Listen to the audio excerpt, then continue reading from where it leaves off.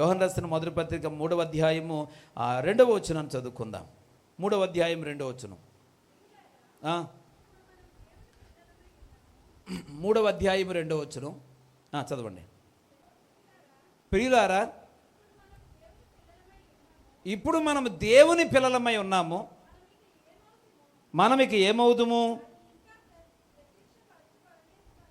ఆయన ఇంకా ప్రత్యక్షపరచబడలేదు, కానీ ఆయన ప్రత్యక్షమైనప్పుడు ఆయన ఉన్నట్లుగానే ఆయనను చూతుము గనుక ఆయన ఉన్నట్లుగానే మనం ఆయనను పోలి ఉందుము.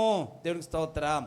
పిల్లరా, యేసుక్రీస్తు ప్రత్యక్షత అనేది జరిగితే మనం ఎలా మారిపోతామంట?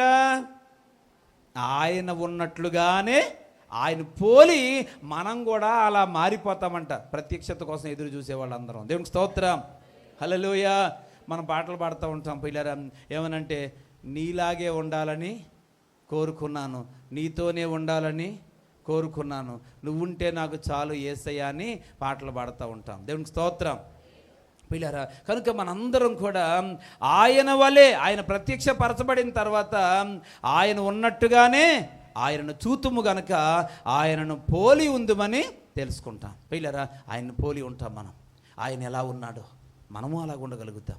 ఈ భూలోకంలో చాలాసార్లు ఆయన దేవుడు కాబట్టి అలా ఉన్నాడండి, దేవుడు కాబట్టి ఉండగలిగాడండి, దేవుడు కాబట్టి అలా చేయగలిగాడండి. మనం ఎక్కడ చేయగలుగుతామండి? పిల్లరా, ప్రత్యక్షత కోసం ఎదురు చూడని కాలంలో ఈ మాటలు అనుకుంటూ మనం సాగుతాం. కానీ ఎప్పుడైతే ప్రత్యక్షత కోసం ఎదురు చూసే స్థాయిలోకి వెళ్ళామో అప్పుడు అనిపిస్తుంది ఆయనలాగే నేను ఉండగలుగుతాను, ఆయనలాగే నేను మాట్లాడతాను. ఏంటి? యథార్థంగా ఉండడం, సత్యాన్ని అనుసరించి నడుచుకోవడం, ఇలా దేవుడి యొక్క ఆలోచన మేరకు జీవించాలని అనుకోవడం, ఏ తుచ్చమైన ఆలోచన లేకుండా, ఈ లోక సంబంధమైన ఏ కోరిక లేకుండా ఉంటే యేసుప్రభులో ఉండడం కష్టమా అండి? చెప్పండి, కష్టమా? కానే కాదు. దేవునికి స్తోత్రం. పిల్లరా, ఈరోజు మనం ఏదో సాధించాలా, ఏదో సంపద, ఇదంతా కూడా సొంత ప్లాన్లు ఉంటాయి మనకి. ఆ ప్లాన్లన్నీ ప్రక్కన పెట్టి ఏనాటికి ఆనాడుకు చాలు, ఈ రోజుకు దేవుడు ఏం కావాలో దేవుడు ఇస్తే చాలు. ఏమంటే ఎంతకాలం ఈ భూలోకంలో అంతకాలం అని మన ఆశలు చంపుకొని, కోరికలు చంపుకొని మనం ఇలా జీవించగలిగితే చెప్పండి, యేసుప్రభులో ఉండడం పెద్ద కష్టమేమీ కాదు. దేవునికి స్తోత్రం.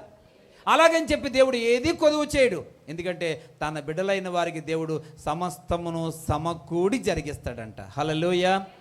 మనం ఏం చేస్తున్నామో దానికి తగ్గట్టుగా ఆయన తగిన ప్రతిఫలం ఇస్తాడు. ప్రియ దేవుని బిడ్డలారా, కనుక రెండవదిగా మనం గమనించినట్లయితే ఆయన అంటూ ఉన్నాడు, పిల్లరా, దేవుని ప్రత్యక్షత కోసం ఎదురు చూస్తే మనము ఆయనలాగా ఉండగలుగుతాం, ఆయనను పోలి నడవగలుగుతాం.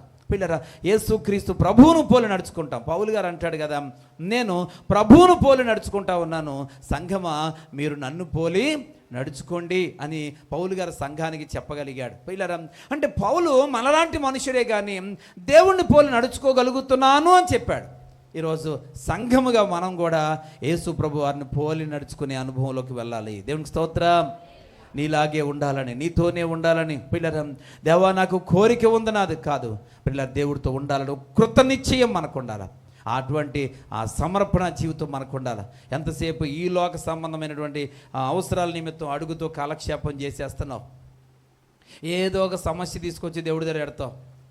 ఇంకా ఎప్పుడు ప్రతి ఆదివారం ఆ గొడవే, ప్రతి ఆదివారం ఆ సాక్ష్యమే, ఎవరితో చెప్పినా ఆ మాటే. ఏమంటే ఎవరితో చెప్పినా ఈ గొడవే, మనం ఆలోచించుకున్న ఈ గొడవే, మనం ప్రార్థన చేసిన ఈ సందర్భమే. ఇంకా అది మనల్ని వదలదో, మనం దాన్ని వదలం. దేవునికి స్తోత్రం. హల్లెలూయా. ఆ సమస్య నిన్ను వదలదో, నువ్వేమో ఆ సమస్యని వదలవు. మీరు బలంగా పిల్లరు. నేనేమంటాను తెలుసా, మనం ఒకసారి ప్రార్థన చేసి ఆ విషయాన్ని ప్రభువుకి అప్పగించేస్తే ప్రభువు సహాయం చేస్తాడు. స్తోత్రం చెబుదామా? అప్పగించడం అంటే ఇక మన మనసులోంచి ఆ వేదన లేకుండా తీసేసుకోవాలి, అది అప్పగించడం అంటేని. ఏమండి, ఏదన్నా ఒక బ్యాగ్ పిల్లరా, మనము బస్ ఎక్కామనుకోండి, మన బ్యాగ్ భుజం మీద ఉందనుకోండి, మన బస్ ఎక్కిన తర్వాత బ్యాగ్ ఏం చేయాలా? కింద పెట్టుకోవాలి. దేవునికి స్తోత్రం. 40 కేజీల వరకు టికెట్ ఉండదు, అవునా? 40 కేజీల వరకు ఆ టికెట్ కొట్టడు, లగేజ్ టికెట్ కొట్టడు. కాబట్టి బ్యాగ్ని ఏం చేయాలా? 20 కేజీల బ్యాగ్ ఒళ్ళో పెట్టుకుని కూర్చోనో, 20 కేజీల బ్యాగ్ భుజం మీద పెట్టుకుని కూర్చోను, బస్సులో కూర్చున్నావు అనుకోండి, సీట్లో, నువ్వు కూర్చున్నది సీట్లోనే, కానీ బరువు ఎక్కడ ఉంది? నీ ఒళ్ళో ఉంది. పిల్లరా, అంటే నువ్వు బస్సు మీద ఉన్నట్టు కాదు, బస్సు మీద వెళ్ళినా కానీ నీకేం భారం తగ్గలేదండి. నీకేం కష్టమేమీ తగ్గలేదు. కాకపోతే ఇది వరకు నించొని మోసావు, ఇప్పుడు కూర్చొని మోస్తున్నాం అంతే. అంటే దానికి దీనికి పెద్ద తేడా ఏమీ లేదు. ప్రియ దేవుని బిడ్డలారా, ఈరోజు యేసుప్రభు దగ్గరకు వచ్చావు, ఒక అంశాన్ని ప్రభువుకి అప్పగించావు. ఇంకా ఆ తర్వాత నువ్వేం చేయాలి? నీ హృదయంలోంచి ఆ వ్యాకులం, ఆ యొక్క అవసరం మీద ఉన్నటువంటి బాధ్యత, భారం అంతా ప్రభువుకి అప్పగించావు. వదిలేరు అంతే. దేవుడు చేయాలనుకున్నప్పుడు చేస్తాడు. దేవునికి స్తోత్రం. ప్రతిదానికి సమయం ఉంది. ఆయన వాగ్దానం నీకుంది.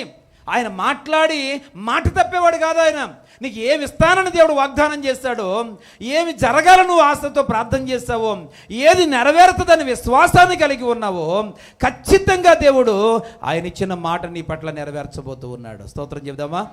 ఈరోజు ఏడుస్తూ ఉన్నావు, ఈరోజు బాధపడతా ఉన్నావు, 10 మంది అంటున్న మాటలను బట్టి చింతిస్తూ ఉన్నావు, కానీ దేవుడు ఒకరోజు కార్యం చేయబోతా ఉన్నాడు. ఆయన కార్యం చేసిన రోజున నీ ముఖంలో సంతోషం కనబడుతుంది, నీ హృదయంలో ఆనందం కనబడుతుంది, నీ నోటి మాటలు గుండా సాక్ష్యం వినబడుతుంది. ఒకరోజు పిల్లరా నువ్వు సాక్ష్యం చెప్తావు, ఈరోజు చెప్పినట్టు కాదు. ఈరోజు బాధతో ఉన్నట్లుగా బాధపడుతూ చెప్తున్నావు, ఒకరోజు సంతోషిస్తూ సాక్ష్యం ఇస్తావు. హల్లెలూయా. అలా చెప్పించడానికి, అలా చేయించడానికి ఆయన సమర్థుడు. ఆయన మాట ఇచ్చిన దేవుడు మాట తప్పేవాడు కాడు. దేవునికి స్తోత్రం.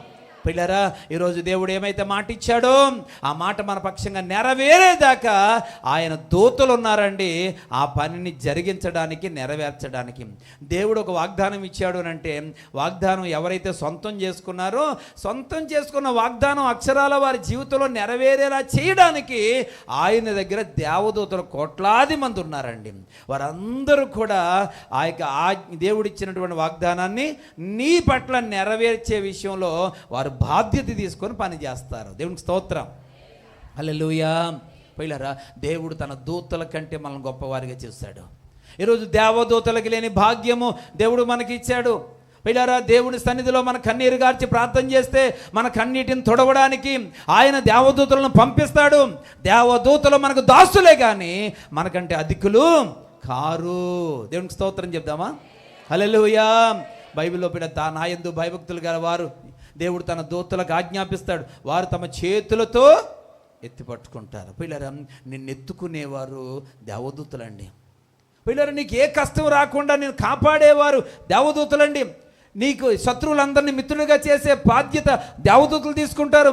నీ కన్నీటిని తుడిసే బాధ్యత దేవదూతలు తీసుకుంటారు.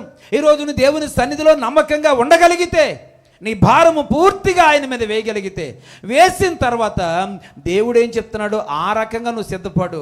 నువ్వు దేవుడు మా ప్రార్థనకు రండి, లేకపోతే మీరు ప్రార్థన చేసుకోండి అంటే, ఏం చేసుకొని అయ్యారు, నాకు ఇంట్లో బోళ్ళు కష్టాలు అంటే, ఈ కష్టాలన్నీ దేవుడి మీద వేసావా, నీలో పెట్టుకున్నావా? నీలో పెట్టుకున్నావు కనుకనే దేవుడు చెప్పింది చేయడానికి ఈ కారణాలు సాగ్గా చూపిస్తున్నావు. నువ్వు అంటే నువ్వు దేవుడికి ఏ బాధ్యత అప్పగించలేదు. పోయినారా, అప్పగించేస్తే ఆ భారం ఆయన మోస్తాడు. నువ్వు ఫ్రీగా ఉండి నువ్వు దేవుడు చెప్పింది చెయ్యి. దేవునికి స్తోత్రం. దేవుడు ఏం చెప్తాడు? ఆత్మీయతలోనికి ఎదగమని చెప్తాడు. నీ ఆత్మీయ జీవితంలో అంతకంతకు నువ్వు ఉన్నతమైన స్థాయిలోకి రావాలి. కొరింథీ పట్టణంలో ఉన్న సంఘ విశ్వాసులు పిల్లరా ఎలాగైతే మరి పీక్ స్థాయికి వచ్చేసారు, వాళ్ళు ఫైనల్ స్టేజ్కి వచ్చేసారు. ఏంటో ఫైనల్ స్టేజ్ అంటే దేవునికి ప్రత్యక్షత కోసం ఎదురు చూసేటువంటి స్థాయి. హల్లెలూయా. కనుక నువ్వు ఎంత కాలమైనా బైబిల్ చదువుతూ ఉన్నావు, ప్రార్థన చేస్తూ ఉన్నావు, పిల్లల దేవుని సన్నిధిని అంటి పెట్టుకుని ఉంటా ఉన్నావు, పరిచర్య చేస్తూ ఉన్నావు, దశమ భాగాలు ఇస్తూ ఉన్నావు, ఎన్నెన్నో కార్యక్రమాలు దేవుని కోసం చేస్తున్నావు. కానీ పిల్లరా, ఈరోజు దేవుని బిడ్డలు ఏ స్థాయిలో వర్ధిల్లాలో ఆ స్థాయిలోకి వెళ్ళలేకపోతున్నావు. పిల్లరా, ఏ కృపావరము లేని వారిగా ఉంటా ఉన్నాం. పిల్లరా, ఏ రకమైనటువంటి ఆశీర్వాదం లేని వారిగా మనం ఉంటా ఉన్నాం. ప్రియ దేవుని బిడ్డలారా, ఇది నీకు తగదు. ఈ రాత్రి దేవుడు చెప్తున్న మాట ఏంటంటే, దేవుని ప్రత్యక్షత కోసం ఎదురు చూస్తే నీవు ఆయనలాగే ఉంటావు నిశ్చింతగా. దేవునికి స్తోత్రం. ఆయనలాగే ఉంటావు అధికారం కలిగిన వ్యక్తిగా, ఆయనలాగే ఉంటావు పిల్లరా ఎదుటి వారికి సలహా చెప్పేవారిగా, ఆయనలాగే ఉంటావు అనేక మందికి ప్రయోజనకరంగా. ప్రియ దేవుని బిడ్డలారా, ఈరోజు మనందరం కూడా రెండవదిగా దేవుని ప్రత్యక్షత కోసం ఎదురు చూస్తే నీవు ఆయన ఉన్నట్టుగానే ఉండగలుగుతావు.